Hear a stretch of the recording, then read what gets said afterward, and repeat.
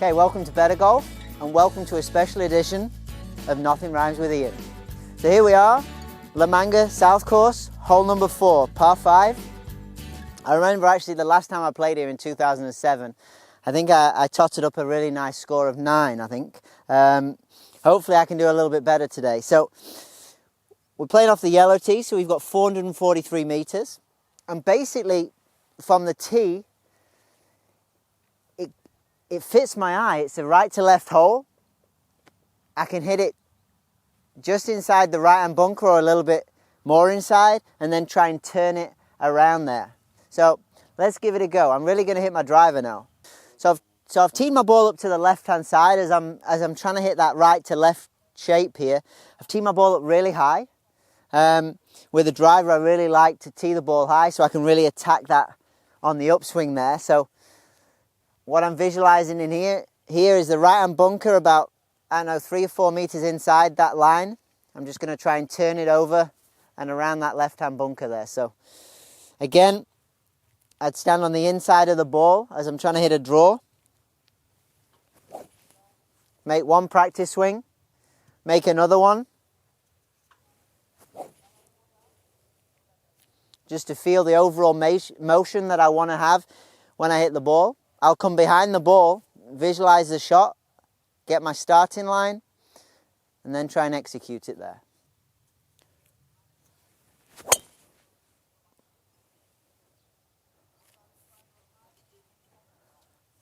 So a pretty good shot, and I'm pretty happy with that. So as I'm approaching my ball here, I'm looking at the fairway, and optically it looks a lot wider from the tee. I got a bit lucky there. My ball's just sitting just before the bunker there, and in a little bit of a fluffy lie. We've got water before the flag there, so if I was going to go for it, I'd have to I've got 200 meters to the front of the green. 200 meters, a little bit uphill into the wind.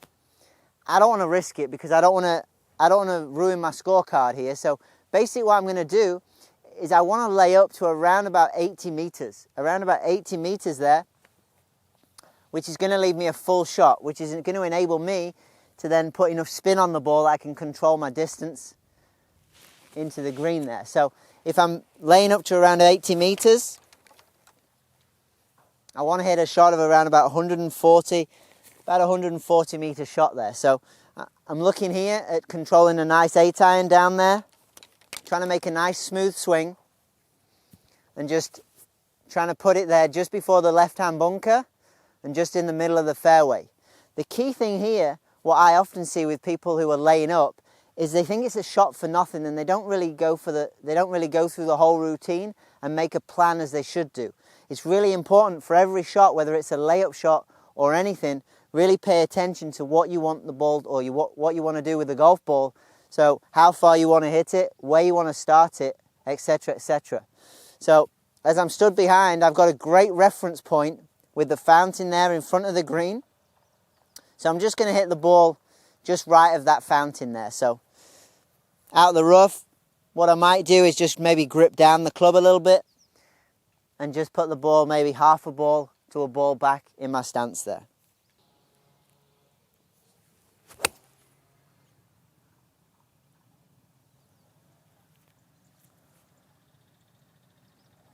A little bit of a pull, but because I gave myself enough margin for error, the ball's in play. Okay, so I've reached my ball. The first thing I like to do before I do anything else is just inspect the lie of the ball. That'll dictate what is possible in this situation. So what club I can use. So here I've got a great lie. It's maybe a little bit closer than what I wanted. So I'm just going to check the yardage.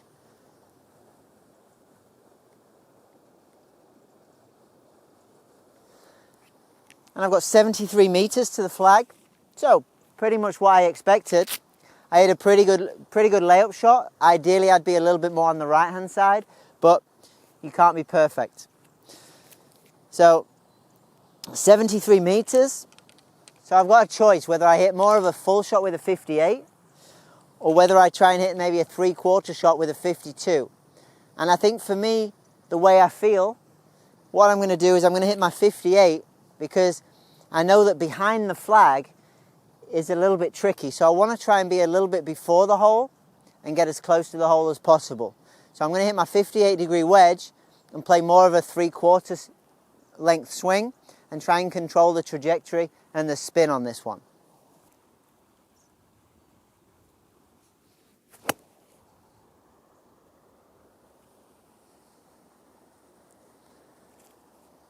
So a little bit right to the hole, but I think from the length it's pretty good.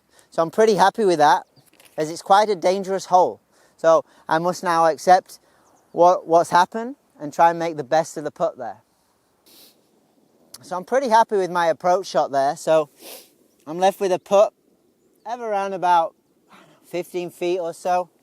A little bit downhill, a little bit right to left. And this is one of those putts that I think that the average amateur would really try and think, okay, I've got a birdie putt here, I need to give it a go.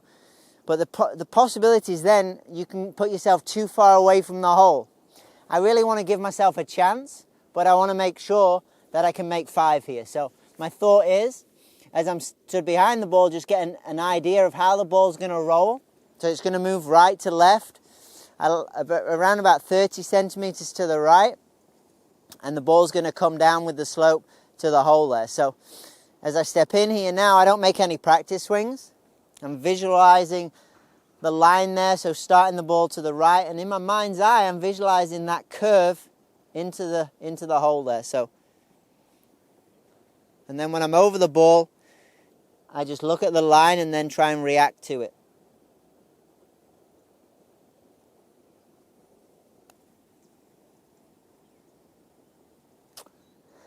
A little bit disappointed, a little bit shy on speed, but near enough, hopefully, that I can tap this in for a par.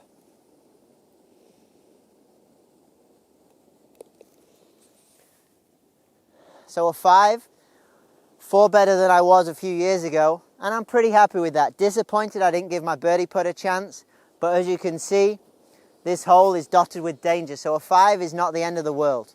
So let's move on to the next tee and see if we can produce a good score on that hole.